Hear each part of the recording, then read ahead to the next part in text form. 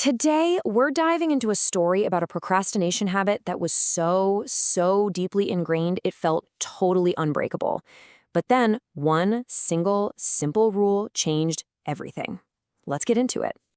You know that feeling, right? When you have something you need to do and the thought of it is just so big, so overwhelming that you spend hours, maybe even days, just worrying about it.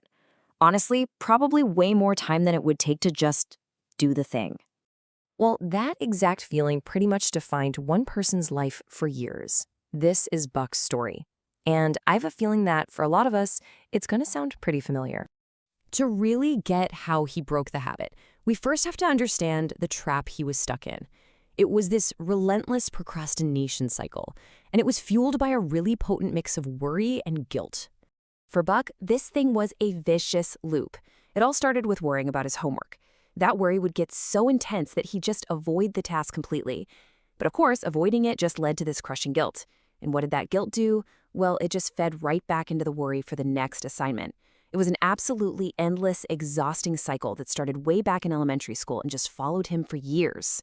And, this was not just some phase he was going through. This was a lifelong struggle that shadowed him from childhood all the way into his college years. And when you look at the timeline, the depth of this issue is just wow. His struggles started way back in the first grade. Back in the 60s, they labeled him dyslexic. The source we're looking at notes that by today's standards, he would probably be diagnosed with ADHD. And get this, by the time this story really kicks off, he's in college, his fourth college. That alone tells you just how much he was struggling.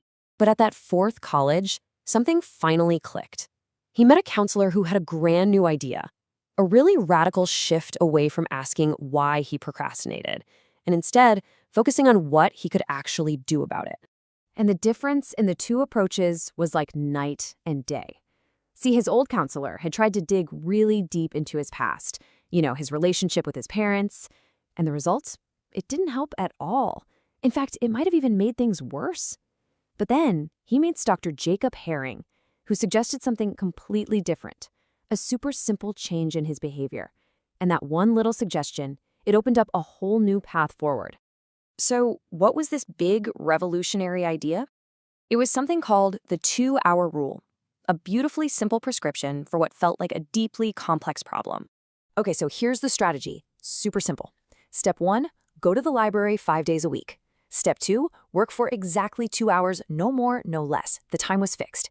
Step 3, while you're there, work on anything related to your classes. It didn't matter what, the whole point was just to start. And then, here's the magic part, step 4, once those 2 hours were done, he was free to enjoy the rest of his week, completely, 100% guilt-free. So the deal was simple, a commitment to just 10 hours of focused work a week. But the real magic wasn't the hours, it was the reward. Hitting that 10-hour mark gave him permission to finally let go of that guilt that had been chasing him his entire life. So he had this new game plan.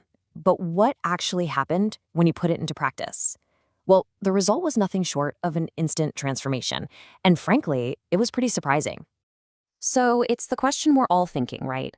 After all those years of struggle, could a rule this simple really make a difference? Did it work? Oh, it didn't just work. It was a complete game changer. The source material puts it this way. Almost instantly, he became an A student. Just let that sink in. Decades of struggle, 4 different colleges, and this one simple system completely flipped the script, basically overnight. So why was this so incredibly effective? Well, psychologically, it hit all the right notes. First, it completely shattered that cycle of avoidance. Just by showing up, he was forced to start. And that meant that starting, the thing that used to feel impossible, wasn't the hardest part anymore. And here's the best part. Once he got going, once he was in the zone, he often found himself working longer than 2 hours. Not because he had to, but because he was actually engaged and wanted to. Buck's story is just incredible. But its real power, I think, is what it means for the rest of us. So the big question becomes, could this work for you? How do we take the lesson from his story and apply it to our own lives? Because when you boil it down, the story isn't really about a 2-hour study rule. It's about finding a simple, non-negotiable system that just takes away the anxiety of getting started. It's about trading all that worry for actual action. So we'll leave you with this question to chew on. What's the one simple rule that could change everything for you?